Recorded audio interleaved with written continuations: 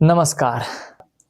ये है प्रेम मंजूषा, जो प्रेमचंद की सर्वश्रेष्ठ कहानियां हैं, जो उन्होंने 1915 से 1936 के मध्य जो यह कहानियां लिखी गई हैं और इनके संपादक हैं अमृत राय। दोस्त, इस कहानी में मैंने इस किताब में एक कहानी पढ़ रहा था, उसका नाम था सदगति। इस कहानी में जब मैंने अंदर इस सदगति को पढ़ा तो मेरा दिल, जो एक संवेदनशील व्यक्ति का होता है, मन उद्वेलित हो गया, सोचने लगा। दोस्तों, कहानी जब कोई लिखी जाती है वह मनगढ़ंत शायद से ना होकर ना के बराबर मनगढ़ंत कहानी होती है। और प्रेमचंद जैसे एक साहित्यकार जिन्होंने सर्वश्रेष्ठ ख्याति प्राप्त की है पूरे उत्तर भारत में, उनकी कहानियां, उनके उपन्यास पूरे भारत में पढ़ी जाती हैं। और वे जब लिखते होंगे तो वो अपने समाज को जरूर देख के ही लिखते होंगे, ऐसा नहीं है कि कुछ भी लिख दिए। जब मैं यह सदगति पढ़ रहा था कहानी, इसमें 4 पात्र होता है। एक दुखी चमार, दूसरा उसकी पत्नी चमारिन, और तीसरा एक पंडित जी, और चौथा होता है पंडिताइन। इनके मध्य यह कहानी है। और इस कहानी में दोस्तों, जो दुखी चमार होता है उसकी बेटी की सगाई होती है। वे जाते हैं, उनके घर जाना होता है, और घर जाना होता है तो उनको साथ में कुछ लेके जाना होता है। किनके? पंडित जी के घर। तो वे जाते हैं लेके बोझा, जो उस काम करते थे, बोझा उठा के, मतलब जो घास काटते हैं वह उठा के ले जाने वाला वह काम करते हैं, वह उठा के उनके सामने कि उनसे मिलने जा रहे हैं तो खाली हाथ जाते नहीं। तब वहां जाते हैं और उनकी दुर्दशा, उनकी वो खाली पेट जाते हैं, कहीं पंडित जी घर से निकल ना जाते हैं साथियों। उसके पश्चात उनके साथ जो सामाजिक वहाँ जो दुर्व्यवहार दिखता है उनके साथ, वह समाज की आज भी स्थिति है, आज से कम स्थिति की नहीं है दोस्तों। उस कहानी में उन्होंने दिखाया कि किस प्रकार पंडित जी दी और पंडिताइन द्वारा उनके साथ अछूतों जैसा व्यवहार किया उन्हें। चलिए दोस्तों, मैं इस कहानी को सुना ही देता हूँ। इस कहानी को क्यों ना सुना देता हूँ, शायद हो सके मैं अपना मन से बोल रहा हूँ, उन कहानी को सुना देता हूँ। दोस्त, क्या होता है कि वे उठते हैं सुबह सुबह, काम वाम करते हैं, झाड़ू पोछा अपने घर में लगाते हैं और वे घर पंडित जी के घर की ओर निकलते हैं। सुबह सुबह का टाइम रहता है दोस्तों, खाली पेट रहता है। उनसे 1 मील दूर उनके घर गांव जाते हैं। उस गांव में सिर्फ ठाकुर रहते हैं, बहुत सारे ठाकुर रहते हैं, सिर्फ एक गोंड रहता है जो अलग जाति का रहता है। जब वहां जाते हैं उसके गांव, वहां जाते हैं तो जैसे ही पंडित जी देखते हैं, उसको देखते के साथ नतमस्तक अपने पैर जमीन पे रख के उनके प्रणाम करते हैं और पंडित जी से कहते हैं, महाराज आपका दर्शन, भगवान का दर्शन हो गया। तो पंडित जी कहते हैं, क्यों चमारन, यहाँ कैसे आ गए? तो कहता है, बिटिया की सगाई थी, सब कुछ संजो के रखा हुआ है, बस आपका पंडित जी जब आप कहें हम दिन बैठा लें और अथी करें। तो बोलते हैं पंडित जी कि अभी तो मैं फुर्सत में नहीं हूँ, क्यों ना तू जो लाया है, वो जो घास लेके गए थे वह घास वो रख दे और थोड़ा सा कुट्टी काट दे, और ये जो बथन्ना जहाँ उसके सामने आगे द्वार होता है उसको थोड़ा लीप दे गोबर से, और एक लकड़ी का फाल है उसको काट दे। तो वह उसको काटने के लिए, गोबर से निपने के लिए लगा देते हैं और वह निपने लगता है। निपते निपते उसके बाद जितना भी घास होता है घास काटते हैं। घास काटने के पश्चात क्या होता है, उसको भूख बड़ी तीव्र लग जाती है। भूख तीव्र लग जाती है तो वह क्या करता है, उसके पास कुछ रहता नहीं है तो वह तंबाकू और चीलम पीने के लिए, उसके पास चीलम तो रहता है परंतु तंबाकू नहीं रहता। अब तंबाकू कहता है, पंडित जी घर में तंबाकू थोड़ा मिलेगा, वो बड़े लोग हैं, ये सब नहीं खाते हैं। ठीक, तो क्या होता है कि तंबाकू लाने के लिए एक गोंड दोस्त, वो जो उसके गांव के रहता है, उसके पास जाता है। फिर वहां जब जाता है तो वहां से चिलम लेके अथी लेके उसके बाद देखता है तो आगे न है, जो चिलम जलाने के लिए आग होता है वो आग नहीं है। आग सोचता है कि चलो पंडिताइन जी घर में अथी बना रही थी तो क्यों ना उनके साथ जो चिलम मांग लिया जाए, उसके लिए आग मांग लिया जाए। दोस्तों, वहां एक कथन है, बहुत सारे उसमें कथन है। उस कथन को मैं आपको सुनाना चाहूँगा, क्योंकि वह कथन बहुत ही संवेदन, जो व्यक्ति होता है उसके संवेदना को झकझोर देता है, और उस संवेदना को मैं आपके सामने ज़रूर दर्शाना चाहूँगा। और कहानी की पृष्ठभूमि ये है,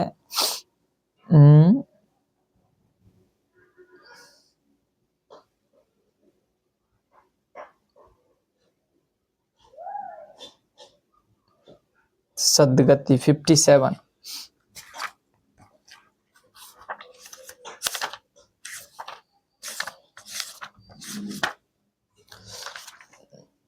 दोस्त यहीं पे एक कहते हैं, पंडिताइन बोलती हैं यहीं पे, पंडिताइन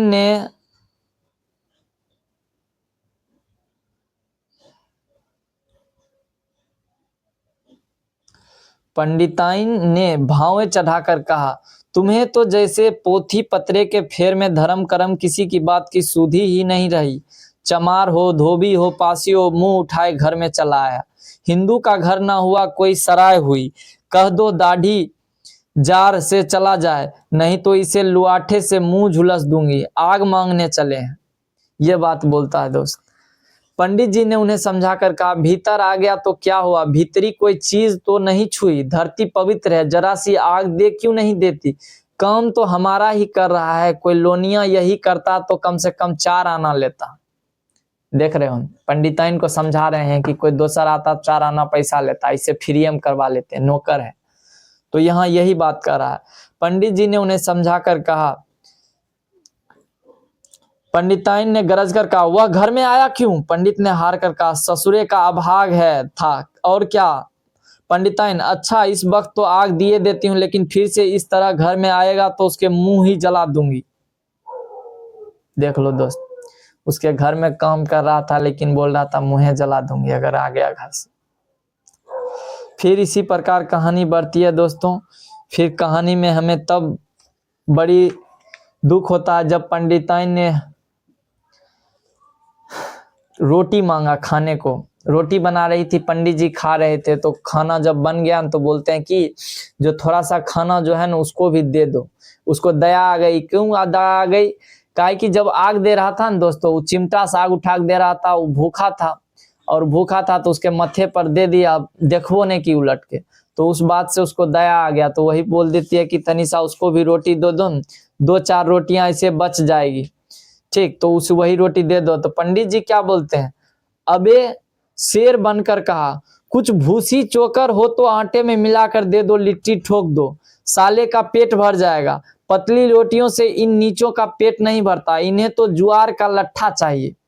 पंडिताइन ने कहा, अब जाने भी दो, धूप में कौन मरे। देख रहे हो पंडित जी कामों फ्रीम करवा रहे हैं, और काम जब हो रहा है तो ऊपर से उसको भूसा लिट्टी खिलाने के लिए बोल रहा है। उसके बाद देखो दोस्त, कहानी को आगे यही कहता है, दुखी ने चिलम फिकर फिर कुल्हाड़ी संभाली, दम लेने से जरा हाथों में ताकत आ गई। कोदे आधे घंटे तक फिर कुल्हाड़ी चलाता रहा, फिर बेदम होकर वहीं सिर पकड़ के बैठ गया। इतने में वहीं गौर आ गया, बोला, क्यों जान देते हो बूढ़े, तुम्हारी फारे यही गठे, न फटेगी ना हल्कापन। तो दोस्त उनको एक लकड़ी का फाड़ दिया था, भूसी तो कर रहा था, भूसी को क्या किया, यहाँ से वहां उठाया, वहां से फिर ले आया, मतलब वहां एक जगह से दूसरे जगह दे आया। उसके बाद वहां से झौवा लाया, झौवा पे ही क्या हुआ, थोड़ा सा सो भी गया। सोने के पश्चात उधर से पंडित जी आए, कहता है, क्यों सो रहा है, यहाँ सोने आया है कि काम करने आया है? दोस्त यहाँ एक कहानी हमको मिलता है। फिर जब हम इसको आगे बढ़ते हैं तब देखो, दुखी काम करता रहा, फिर एक जो लकड़ी है उसको बार बार काट रहा है, वो कटे नहीं रहा। फिर क्या होता है, दुखी ने फिर कुल्हाड़ी उठाई तो बात पहले सोच रही थी सब वह भूल गया, पेट पीठ में धंसा जाता था। आज सवेरे जलपान तक ने किया था, अवकाश ही ना मिला, उठना ही पड़ा। पहाड़ मालूम होता है, जो डूब जाता है दिल को समझा कर उठा। पंडित है कहीं सहित ठीक ना बिचारे तो सत्यानाश हो जाए, सभी का संसार मान ले शायद। उसके देह में जान नहीं थी और वह काम लगातार कर रहा था। दोस्त, एक समय ऐसा आया कि वह बार बार काटता चला गया और उसके देह में जान ना हो करने का एक दिन फिर उसके उस दिन ऊर्जा उसकी सारी खपत हो गई और वहीं पे वह लेट गया और वहीं उसकी अंतिम सांस उन्होंने ले ली। और पहले तो पंडित जी आए, उसको देखे, ठिठोरे कि क्या हुआ क्या हुआ। तो फिर तनी देर बाद बोला कि लगता है कुछ नहीं हुआ। फिर अंदर चल गए, फिर नहाए धोए, बाथरूम सब कुछ किए, फिर आए। आने के बाद देखते हैं तो अब जब नहीं उठा न तब लगता है कि ये तो अब गए, ये तो अब गए। उसके बाद पंडित जी ने हक बका कर बोला, वह तो अभी लकड़ी चीर रहा था। पंडिताइन ने बोला, पंडित, हाँ लकड़ी चीरते चीरते मर गया, अब क्या होगा? पंडिताइन ने शांत होकर कहा, होगा क्या, चमारोन में कह दो भेजो मुर्दा उठा ले जाए। एक क्षण में गांव भर में खबर हो गई। पूरे में ब्राह्मणों की ही बस्ती है, केवल एक घर गौर का था। लोगों ने इधर का रास्ता छोड़ दिया, कुएं का रास्ता उधर से ही लिया था। पानी कैसे भरा जाए? चमार की लाश के पास होकर पानी भरने कौन जाए? एक बुढ़िया ने पंडित जी से कहा, मुर्दे फेंकवाते क्यों नहीं? कोई गांव में पानी पिया गा या नहीं? दोस्त, पूरे गांव, जैसा कि मैंने बताया था, पूरे गांव ब्राह्मणों पंडितों का भरा हुआ था और बीच में एक कुआं था। उस कुएं से सब पानी लेते थे। उसके जस्ट बगल में ही वे चमार का, दुखी चमार का क्या था, लाश था। जब वह उस और इसलिए लोग नहीं जा रहे थे पानी पीने के लिए, कहा ताकि कहीं उस दुखी चमार लाश का हाथ या उसका छुआ ना, मतलब उस धरती को छूना नहीं चाहते थे जहां उसकी लाश पड़ी हुई थी। तो बोलते हैं, जाके चमरान से जाके कहते क्यों नहीं कि मुर्दा उठा ले, कब तक प्यासा रहेगा, कब पानी पिएंगे, यह जाके बोलती है। एक क्षण गांव में खबर फैल गई। पूरे में ब्राह्मणों की ही बस्ती थी, केवल एक घर गौर का था। लोगों ने इधर का रास्ता छोड़ दिया है, कुएं का रास्ता इधर से ही था। पानी कैसे भरा जाए? चमार की लाश के पास से होकर पानी भरने कौन जाए? इधर गोंड ने चमरानों में जाके कह दिया। वही गोंड जो इसका चिलम पीने में इसको दिया था, वही जाके चमरान में क्या कहता है, खबरदार मुर्दा उठाने मत जाना, अभी पुलिस की तहकीकात होगी। दिल लगी है कि एक गरीब की जान ले ली है। पंडित जी होंगे तो अपने घर के होंगे, लाश उठाओगे तो तुम भी पकड़े जाओगे। इसके बाद ही पंडित जी पहुंचे, पर चमारोन का कोई आदमी लाश उठाने को तैयार नहीं था। दुखी की स्त्री और कन्या दोनों हाय हाय करती चली गई। पंडित जी के द्वार पर आकर सिर पीट कर रोने लगी और 10-5 और चमारीने आए, मतलब सब महिलाएं आई, कोई भी पुरुष उसकी लाश को उठाने नहीं आया। अभी रात तक रोना पीटता जारी रहा। देवताओं को सोना मुश्किल हो गया, पर लाश उठाने कोई चमार ना आया। ब्राह्मण चमार की लाश कैसे उठाते? भले ऐसा किसी शास्त्र पुराण में लिखा है? कहीं कोई दिखा है? पंडिताइन ने झुंझका कर कहा, इन डाइनों ने तो खोपड़ी चाट लिया, सभी का गला भी नहीं पकता। पंडित ने कहा, रोने भी दो चुड़ैलों को, कब तक रोएगी? जीता था तो कोई बात नहीं पूछता था, मर गया तो कोलाहल मचाने के लिए सबके सब आ पहुंचे हैं। पंडिताइन, चमार का रोना मनहूस है। पंडित, हाँ बहुत मनहूस है। पंडिताइन, अभी से दुर्गंध उठने लगी। पंडित, चमार था ससुरा की नहीं, साध असाध किसी का विचार है इन सबों को? पंडिताइन, इन सबों को घिन भी नहीं लगती। पंडित, भ्रष्ट है सब। रात तो किसी तरह कटी, मगर सवेरे भी कोई चमार न आया। चमारन भी रो पीट कर चली गई। दुर्गंध कुछ कुछ फैलने लगी। पंडित जी ने एक रस्सी निकाली, उसका फंदा बनाकर मुर्दे के पैर में डाला और फंदे को खींचकर कस दिया। अभी कुछ कुछ धुंधकला था। पंडित जी ने रस्सी पकड़कर लाश को घसीटना शुरू किया और गांव के बाहर घसीट ले गए। वहां से आकर तुरंत स्नान किया, दुर्गा पाठ पढ़ा और घर में गंगा जल छिड़का। उधर दुखी की लाश को खेत में गीदड़ और गिद्ध, कुत्ते और कौवे नोच रहे थे। यही जीवन पर्यंत की भक्ति है, सेवा और निष्ठा का पुरस्कार है।